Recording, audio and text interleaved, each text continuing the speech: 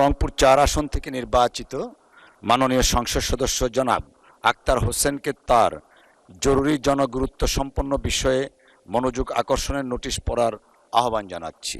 মাননীয় স্পিকার, আপনাকে ধন্যবাদ। আজকে ৭১ বিধিতে জনগুরুত্বপূর্ণ এবং খুবই বেদনাদায়ক একটা বিষয় আমি সংসদের নজরে আনার জন্য এবং আমাদের মাননীয় স্বাস্থ্যমন্ত্রীর নজরে আনার জন্য উপস্থাপন করছি। আপনারা সকলে জেনে থাকবেন যে বাংলাদেশে হঠাৎই হামের প্রাদুর্ভাব হচ্ছে। আমাদের অসংখ্য শিশু হামে আক্রান্ত হচ্ছেন এবং এখনো পর্যন্ত গত ৩ সপ্তাহে হামে সাসপেক্টেড মৃত্যুর সংখ্যা ১১৫+ এবং কনফার্মড মৃত্যু প্রায় ২৫ জনের মতো গত ৩ সপ্তাহেই। এভাবে সারা দেশে হাজার হাজার শিশুরা তারা হামে আক্রান্ত হচ্ছেন। আমাদের মাননীয় স্বাস্থ্যমন্ত্রী বলেছেন যে গত ৮ বছর যাবত হামের টিকা দেওয়া হয় নাই। এই তথ্যটা আসলে সঠিক তথ্য কিনা সেটা নিয়েও যারা হামের টিকা প্রদান করে থাকেন, মাঠ পর্যায়ের কর্মীরা আছেন, তাদের মধ্যে এক ধরনের উৎকণ্ঠা বা এক ধরনের ভিন্নমত আমরা খেয়াল করেছি। সেক্ষেত্রে যদি হামের টিকা না দেওয়া হয়ে থাকে ২০২৪ বা তার পরবর্তী সময়গুলোতে, সেক্ষেত্রে কেন দ্রুত গতিতে যারা 0 ডোজের শিশুরা ছিলেন তাদেরকে টিকার আওতায় নিয়ে আসা হলো না বা তার জন্য একটা ক্যাম্পেইনের ব্যবস্থা করা হলো না, সেটা আমাদেরকে অবাক করে মাননীয় স্পিকার। সব কিছু মিলিয়ে আমরা প্রথমত আগেই একটা ব্যবস্থা গ্রহণ করতে ব্যর্থ হয়েছি এবং পরবর্তীতে আমাদের শিশুরা যখন হাসপাতালে হামে আক্রান্ত হয়ে এসেছেন, আমরা জানি যে হামের চিকিৎসার জন্য আইসোলেশনের প্রয়োজন হয়, কিন্তু আমাদের হসপিটালগুলোতে আইসোলেশন ফ্যাসিলিটিস একেবারেই নাই। উপজেলা পর্যায়ে নাই, জেলা পর্যায়ে নাই, এমনকি যেগুলো আরও বড় বড় হসপিটাল আছে সেই জায়গাগুলোতেও নাই। বিশেষত রাজশাহী অঞ্চলের কথাটা এখন বেশি নজরে আসছে এবং যে আইসিইউ বা এনআইসিইউগুলো প্রয়োজন হয় সেই পর্যাপ্ত আইসিইউ বা এনআইসিইউ এরও ব্যবস্থা নাই। এবং আরেকটা বিষয় খেয়াল করে দেখা গেছে যে আমাদের দেশে হামের টিকা দেওয়া হয় ৯ মাস বয়স থেকে, কিন্তু এখন হামের যারা আক্রান্ত শিশুরা আছেন তারা আসলে ৬ মাস বয়স বা তারও কম বয়স থেকে তারা হামে এটা আক্রান্ত হচ্ছেন। সেক্ষেত্রে আমাদের যারা সরকারের চাকরিতে যারা রোগতত্ত্ব বিশারদ যারা আছেন তারা কেন এই বিষয়টা আগে থেকে ফাইন্ড আউট করতে পারলেন না এবং সে অনুযায়ী ব্যবস্থা গ্রহণ করতে পারলেন না। সেক্ষেত্রে মন্ত্রণালয়ের অধীনে, স্বাস্থ্য মন্ত্রণালয়ের অধীনে যেসব কর্মকর্তারা আছেন তাদের ফেইলিওরটা কোথায়, সেই বিষয়গুলো নিয়ে এবং হামের এই প্রাদুর্ভাব মোকাবেলা করে আইসোলেশন ফ্যাসিলিটিস, আইসিইউ ফ্যাসিলিটিস, ডাক্তারদের জন্য সার্বক্ষণিক তদারকির ব্যবস্থা গ্রহণ করে হাম বিষয়টাকে একটা তড়িৎ গতিতে সমাধানের দিকে নিয়ে আসার জন্য, আমাদের শিশুদেরকে রক্ষা করার জন্য, মৃত্যু থেকে বাঁচানোর জন্য মাননীয় স্বাস্থ্যমন্ত্রী তার কোনো পরিকল্পনা আছে কিনা এবং সেটা কী ধরনের পরিকল্পনা, সেই বিষয়ে আপনার মাধ্যমে মাননীয় স্বাস্থ্যমন্ত্রীর দৃষ্টি আকর্ষণ করছি। ধন্যবাদ মাননীয় স্পিকার। আপনাকে ধন্যবাদ মাননীয় সদস্য। মাননীয় স্বাস্থ্য পরিবার কল্যাণ মন্ত্রী জনাব সর্দার মোহাম্মদ সাখাওয়াত হোসেনকে এই বিষয়ে তার সংক্ষিপ্ত বিবৃতি দেওয়ার জন্য অনুরোধ জানাচ্ছি। মাননীয় স্পিকার, আপনাকে ধন্যবাদ। মাননীয় সংসদ সদস্যকে এই গুরুত্বপূর্ণ বিষয়টিতে নোটিশ প্রদানের জন্য আমি ধন্যবাদ জানাচ্ছি। আমি ওনার নোটিশের জবাবে উত্তর দেওয়ার আগে মাননীয় স্পিকার, আমি দু একটি কথা বলতে চাই। মাননীয় সংসদ সদস্য ওনার যে নোটিশটি দিয়েছেন, নোটিশটি উত্থাপন না করে উনি কিন্তু একটা ন্যারেটিভ সাবমিট করেছেন সংসদের সামনে, যেটার জন্য আমার কাছে পর্যাপ্ত উত্তর রয়েছে, যে উত্তরে উনি সন্তুষ্ট হবেন। কিন্তু ওনার নোটিশটা ছিল শুধু উত্থাপনটা করা এই বিষয়টিতে, ওই মিজেলসের ব্যাপারে। যাই হোক, উনি যে প্রশ্নটা, যেই উত্থাপনটা এখন করেছেন, এটা যদি পরবর্তীতে প্রশ্ন আকারে করেন আমি ওনাকে ন্যারেটিভ উত্তর দিয়ে দিব। বর্তমান যে নোটিশটি আমি হাতে পেয়েছি তার উত্তরে মাননীয় স্পিকার আমি জানাচ্ছি, বর্তমানে দেশে বিভিন্ন দুর্গম ও জনবহুল অঞ্চলে হামের প্রকোপ উদ্বেগজনকভাবে বৃদ্ধি পাওয়ায় টিকাদান বঞ্চিত শিশুরা নিউমোনিয়া ও অন্ধত্ব সহ মারাত্মক প্রাণ ঝুঁকিতে রয়েছে। এইটা লিখে উনি নোটিশটা দিয়েছে। মাননীয় স্পিকার, আমি উত্তরটা পড়ে শোনাচ্ছি। মাননীয় সদস্য উত্থাপিত গুরুত্বপূর্ণ বিষয়ের জন্য ওনাকে ধন্যবাদ।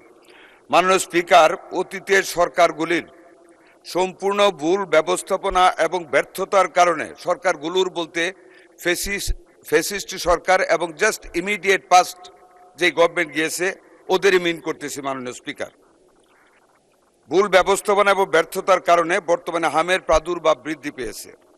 দেশের সর্বশেষ হাম রুবেলার ক্যাম্পেইন 2020 সালের ডিসেম্বরে অনুষ্ঠিত হওয়ার পর দীর্ঘ 5.5 বছর যাবৎ কোনো ক্যাম্পেইন পরিচালিত হয়নি।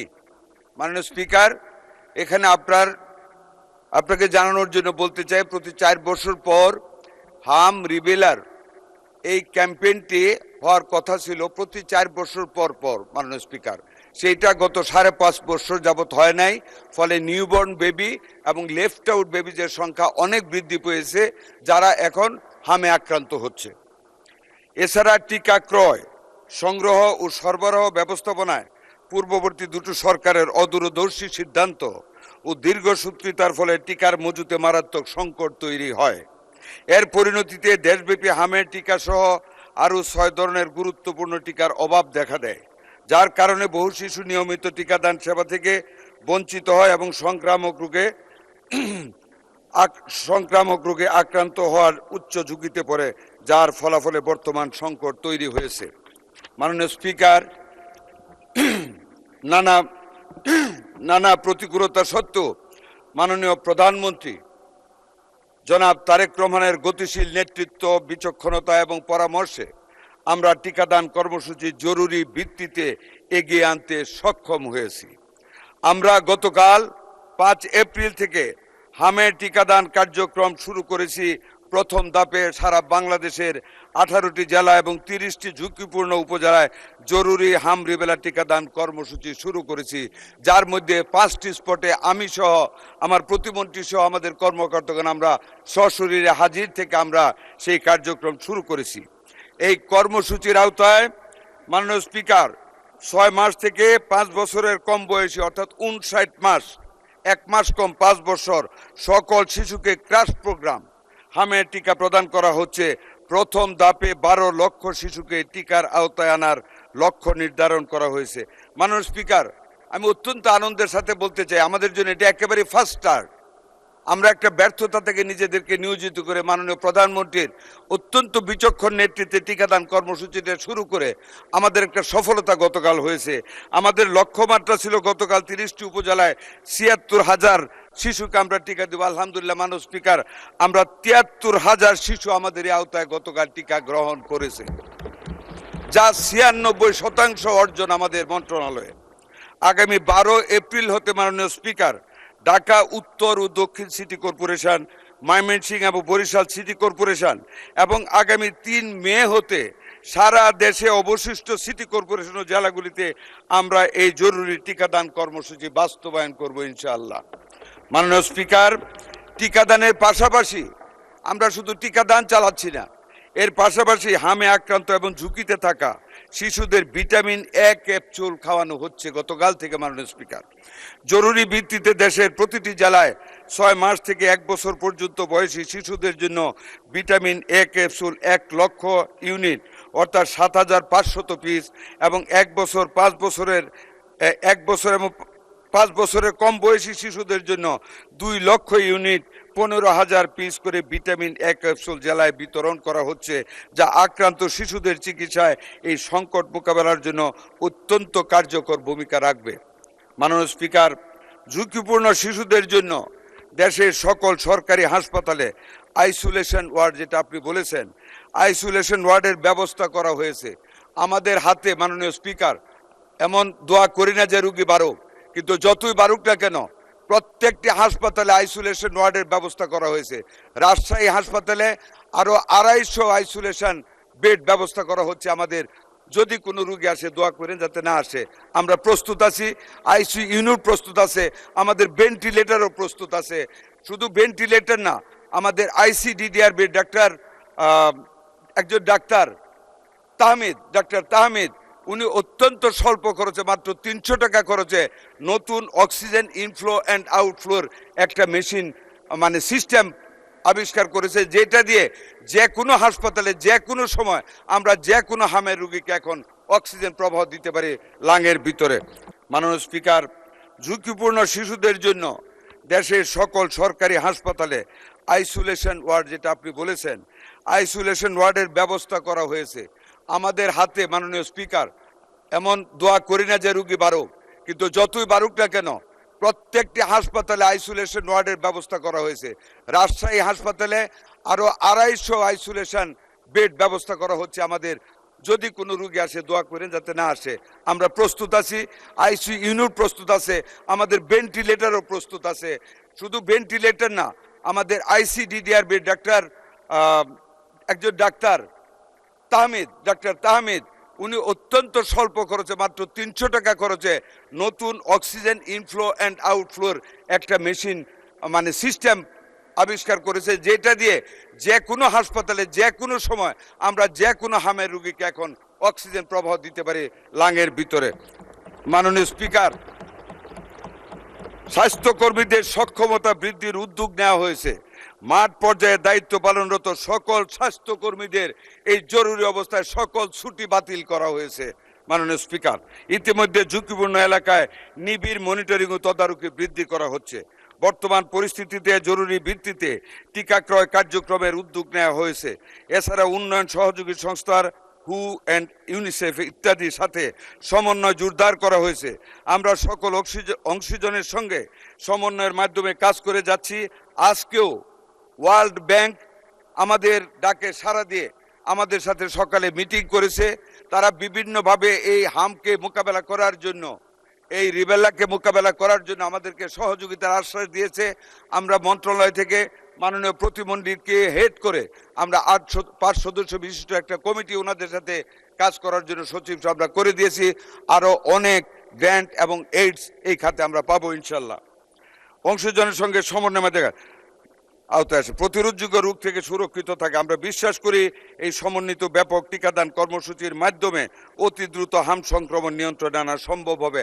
পরিশেষে আরও জানাচ্ছি, আমরা করোনাকালীন অব্যয়িত 604 কোটি টাকা দিয়ে আমরা ইউনিসেফ থেকে আরও হামের টিকা এবং অন্যান্য টিকা আমরা কালেকশন করতেছি। ভবিষ্যতে আমাদের কোনো সময় টিকার কোনো আমাদের শর্টেজ পড়বে না।